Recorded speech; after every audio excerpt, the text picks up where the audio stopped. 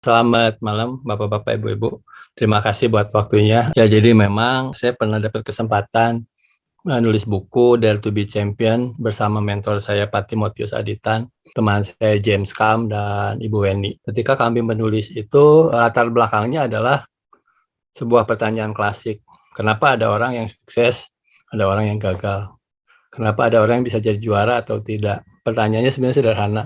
Nah, hasil dari sana ada sebuah diskusi bersama salah satunya mentor saya Pak Hendra Kusuma, Ibu Ailing. Akhirnya sebetulnya saya tidak menciptakan, tapi akhirnya menemukan ya. Jadi itu sudah ada. Ada 5 hal sebetulnya yang membuat seseorang menjadi juara di dalam hidupnya. Itu biasanya kita menyebutnya dengan 5C. Jadi yang C pertama adalah orang-orang yang fight, orang-orang yang sukses, orang-orang yang berhasil. Mereka orang-orang yang hidup di dalam panggilan. Jadi C pertama adalah calling. Kedua, orang-orang yang menjadi juara ini, orang yang sukses ini, mereka orang-orang yang memiliki karakter. Karakter-karakter tertentu yang sebetulnya zaman sekarang mungkin menjadi cukup langka ya. Salah satunya adalah bisa dipercaya. Mereka adalah orang-orang yang bertanggung jawab. Mereka orang-orang yang bisa diandalkan. Mereka orang-orang yang disiplin. Ya, jadi artinya ada karakter-karakter yang di 5C itu saya bahas bahwa tanpa karakter ini sulit untuk menjadi seorang juara. Ya, untuk memenuhi panggilan. Yang berikutnya adalah kompetensi. Ya, jadi para juara orang yang mengkompetensikan dirinya. Orang yang mengasah keterampilannya, menambah pengetahuannya, menambah pengalaman hidupnya sehingga mereka menjadi expert. Ya, nah karena begini, karakter tanpa kompetensi nggak ada gunanya. Sementara kompetensi tanpa karakter juga mematikan ya. Banyak orang pintar tapi bermasalah. Yang keempat, mereka mempunyai koneksi sebetulnya. Nah, stay connect ini seperti kemarin kita bahas sedikit soal bahwa orang-orang yang berhasil ini mereka selalu connect dengan impian mereka, connect dengan panggilan hidup mereka, mereka connect dengan kondisi mereka saat ini, connect dengan orang-orang terdekat mereka, mereka juga punya network yang baik ya. Terakhir, untuk menjadi juara, ujung-ujungnya yang dilihat adalah kontribusi C-nya. Nah, 5C inilah sebetulnya yang mendasari penulisan buku Dare to be Champion ini sebetulnya. Buku ini udah nggak ada ya. Buku ini ditulis tahun 2011.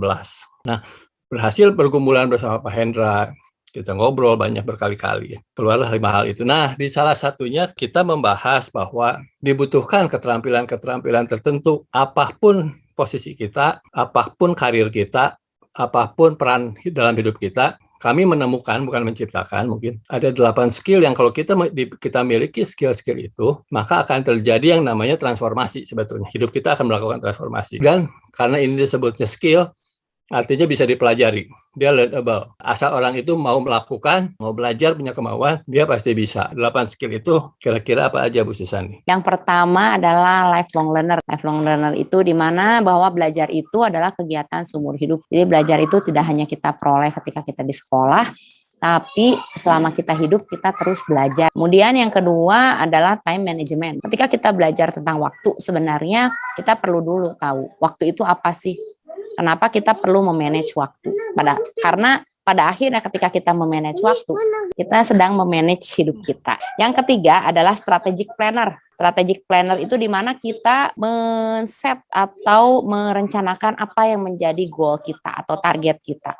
Yang keempat itu tentang financial planner. Nah, 4 hal ini ada di 8 skill yang ada di dalam internal kita. Dari 8 skill ini diharapkan kita bisa mengeluarkan hal-hal yang ke eksternal, yaitu apa? Adanya leadership, adanya communication, adanya teamwork, dan salesmanship. Karena 4 hal eksternal ini bisa kita lakukan hanya dengan orang lain. Tetapi 4 hal pertama internal ini kita lakukan di dalam diri kita, dengan diri kita sendiri. Ya, mungkin itu 8 skill, dan malam ini Pak Riko akan mengupas yang pertama, yaitu tentang lifelong learner ya, Pak Riko. Jadi artinya memang salah satu skill utama dan pertama, skillnya amat sangat basic. Di sekolah-sekolah juga kita melakukan ini ya, kita belajar. Tapi saya ingin membahas bahwa pembelajar seumur hidup lebih dari sekedar SD, SMP, SMA, S1, dan sebagainya. Artinya belajar adalah DNA dari setiap orang. Manusia itu makhluk pembelajar. Jadi kita harus sepakat dulu itu. Jadi artinya ketika seorang bayi lahir, tanpa disuruh dia akan belajar sebetulnya. Belajar berjalan. Belajar berbicara. Cuman ada di titik tertentu tiba-tiba entah kenapa kadang-kadang kita menjadi berhenti belajar. Mungkin karena merasa bahwa belajar itu cukup di sekolah, di kampus, setelah itu selesai. Atau yang kedua adalah kita merasa tidak perlu belajar lagi. Yang kedua, belajar itu lebih dari sekedar kita membaca buku ya. Jadi ketika membaca buku, mengikuti training, buat saya pribadi, Belajar bukan sekedar itu. Artinya penambahan pengetahuan belum tentu saya belajar. Belajar buat saya definisinya seperti ini. Saya disebut telah belajar ketika ada perubahan dua hal, kebiasaan dan karakter. Sebelum dua hal ini berubah, berarti saya belum belajar. Sekecil apapun perubahan karakter dan kebiasaan saya sudah belajar. Tapi ketika saya hanya menambah pengetahuan saya, menurut saya itu belum belajar. Jadi saya membaca 10 buku, tapi terus saya tidak ada kebiasaan baru, tidak ada karakter yang berubah, percuma. Mendingan satu buku, tapi itu merubah kebiasaan saya. Jadi, lifelong learner ini menjadi penting karena dia menjadi keterampilan. Keterampilan yang akan mempengaruhi 7 keterampilan sisanya. Tanpa mengerti lifelong learner menjadi sulit. Kalau orang banyak yang bilang, the more you learn, the more you earn, katanya. Dengan belajarlah kita bertumbuh, ya artinya gitu. Nah, salah satu poinnya ketika kita melihat bahwa lifelong learner ini adalah bagian dari hidup kita, artinya kita harus selalu aware bahwa belajar itu bagian yang ada di dalam diri kita. Jadi belajar bukanlah sebuah tuntutan, tapi belajar adalah sebuah kebutuhan. Nah, sebelum saya lebih jauh, mungkin ada beberapa poin. Pertama, belajar melihat. Ya, dalam batasan tertentu ini menjadi penting. Ada 4 hal ketika kita belajar sebetulnya. Pertama, belajar untuk melihat dengan berbagai perspektif yang ada. Kedua, belajar untuk melihat dengan level yang berbeda. 3, bagaimana kita mengenlarge kita pengetahuan. Dan yang keempat, kita enrich ya. Nah, saya akan bahas sedikit satu-satu. Contoh belajar perspektif sekarang mungkin lagi rame-ramenya perang nih. Rusia ketemu Ukraina. Nah, kadang-kadang kita hanya punya satu perspektif. Perspektifnya mungkin dari Ukraina saja, ya, atau dari NATO, dari Amerika yang kita bilang Rusia salah, Rusia sudah melakukan invasi, ya. Tapi kadang-kadang kalau kita melihat dari sudut perspektifnya Rusia bisa jadi berbeda. Rusia merasa terancam dengan kehadiran Ukraina masuk NATO. Artinya invasi ini benar salah akan menjadi perdebatan. Cuman maksud saya begini, seringkali kita menghakimi orang hanya dari satu perspektif. Padahal perspektif itu jamak, perspektif itu banyak. Belajar untuk melihat dari perspektif yang berbeda, seringkali ini cikal bakal kita untuk bisa saling menerima, untuk bisa melakukan sinergis. Kedua, belajar untuk melihat dari level yang berbeda. Ketika kita di sebuah pekerjaan, kita anggaplah saya sebagai seorang karyawan, saya belajar untuk melihat bagaimana cara atasan saya melihat masalah. Tapi di satu sisi saya juga harus belajar melihat bawahan saya melihat masalah. Ketika saya punya kemampuan perspektif yang berbeda, belajar, diperkaya dengan level yang ada, maka menurut saya banyak masalah, setengah masalah dari permasalahan bisa selesai.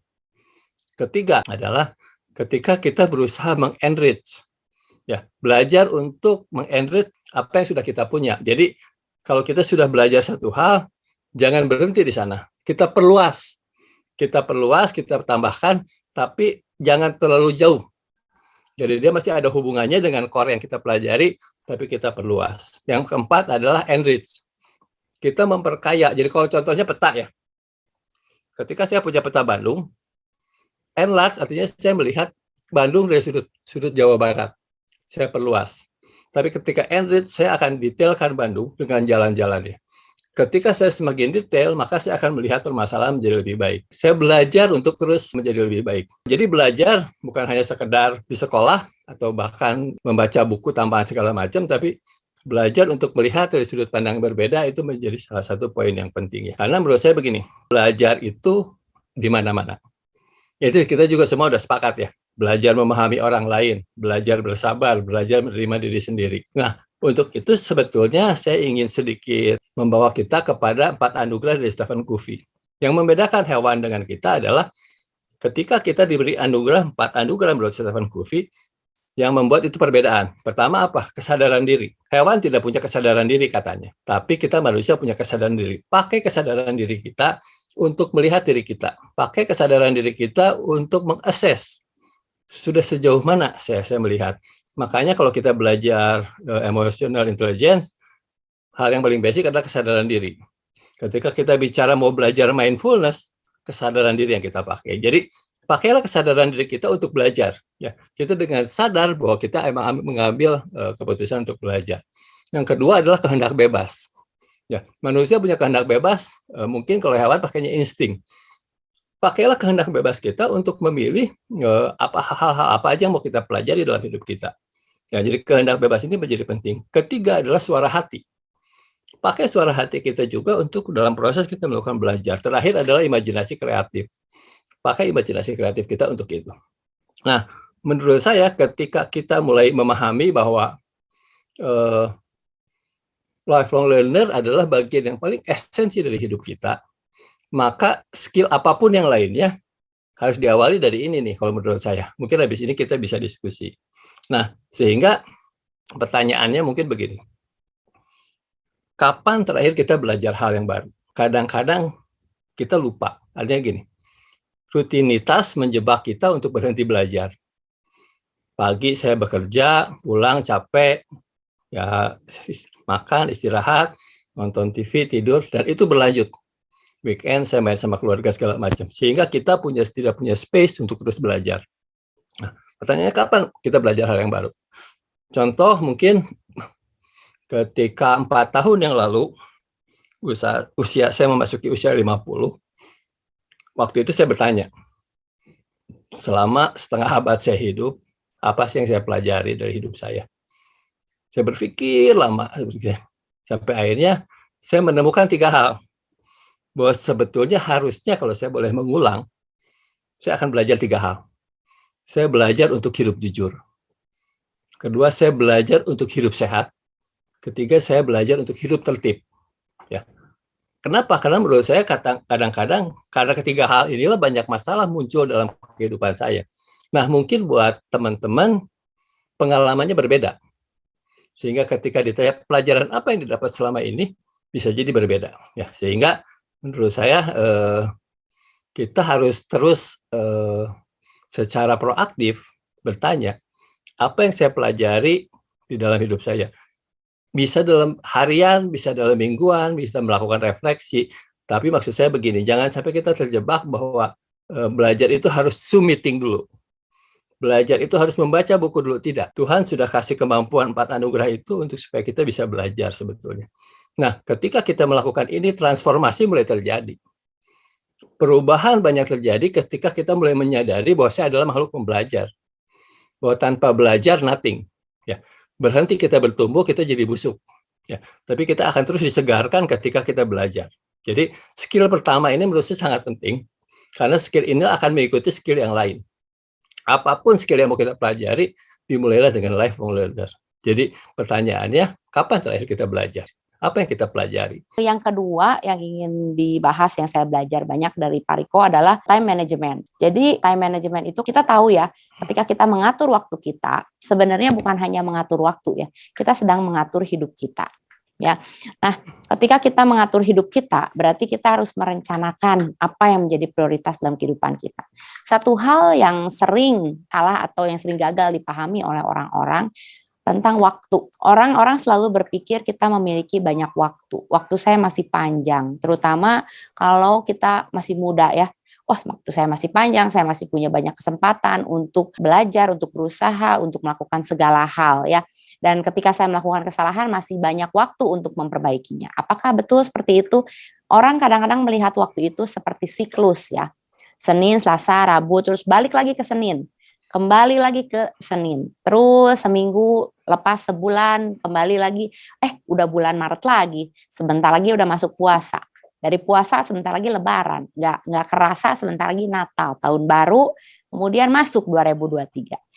Nanti begitu lagi, orang akan terus berpikir bahwa nanti akan ada siklus, kita ketemu lagi Januari, Februari. Padahal seharusnya kita berpikir waktu itu seperti sumbu, ya, sumbu yang dibakar, dan dia tuh akan terus habis. Ya. Dia nggak pernah kembali lagi. Senin yang sama dengan kemarin tidak akan pernah kembali. Jumat yang sama dengan hari ini tidak akan pernah kembali. Bahkan jam sekarang pun tidak akan pernah kembali. Ya, walaupun saya akan membawakan topik yang sama beberapa kali, tapi meaning yang atau image atau sesuatu yang Bapak Ibu dapatkan mungkin tidak akan pernah sama gitu ya.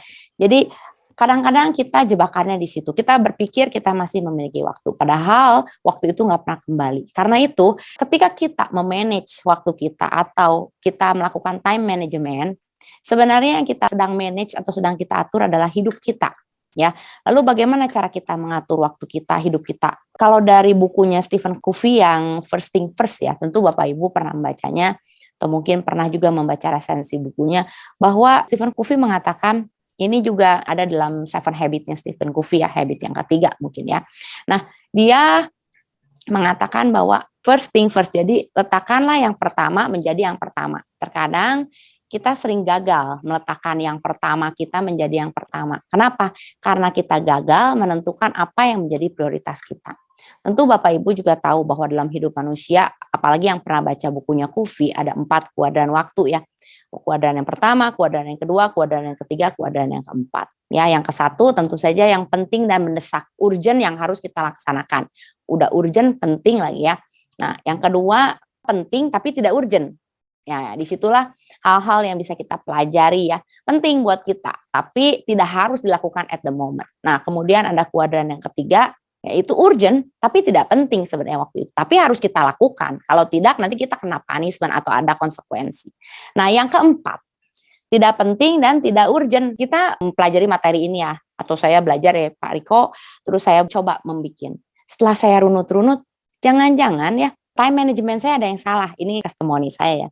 Ketika saya lihat-lihat, wah jangan-jangan banyak yang salah, ternyata hidup saya tidak efektif. Kenapa? Karena banyak saya melakukan pekerjaan yang ada di kuadran 4, udah tidak penting, tidak mendesak, saya lakukan gitu ya. Sementara yang sebenarnya prioritas saya tinggalkan.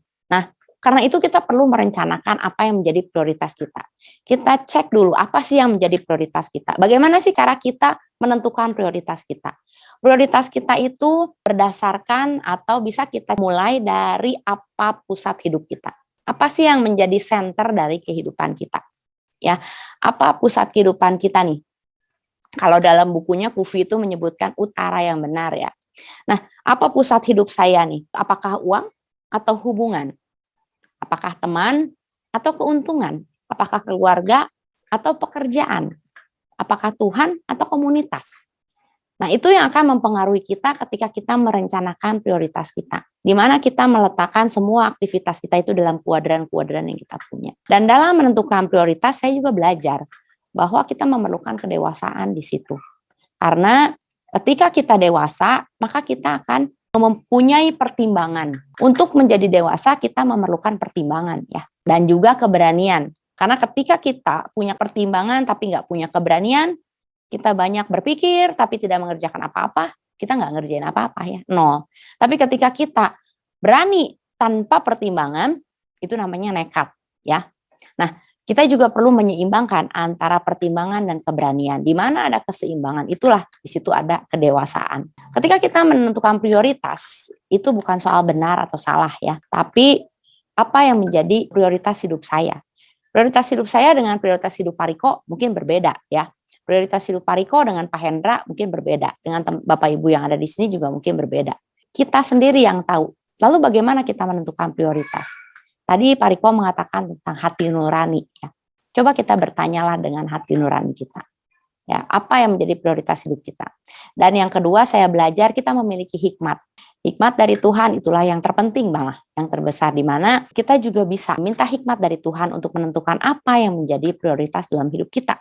Nah, paling bagus ketika kita berpusat atau ketika kita menentukan pusat hidup kita yang tadi. Ketika kita meminta hikmat dari Tuhan, kita memusatkannya kepada prinsip-prinsip. Bukan prinsip-prinsip keagamaan ya, tapi prinsip-prinsip yang diajarkan oleh Tuhan. Prinsip-prinsip di mana hati nurani kita, hikmat kita yang bekerja. Sehingga ketika kita menentukan prioritas kita, kita bisa bertanggung jawab dan memiliki integritas di situ. Bapak Ibu, di dalam merencanakan atau menentukan prioritas, diperlukan juga keseimbangan antara peran.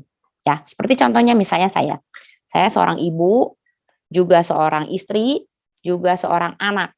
Ya, dalam rumah ini saya kebetulan tinggal bersama orang tua saya karena papi saya sudah nggak ada, jadi saya tinggal bersama mami saya dan kebetulan saya anak sendiri, anak satu-satunya.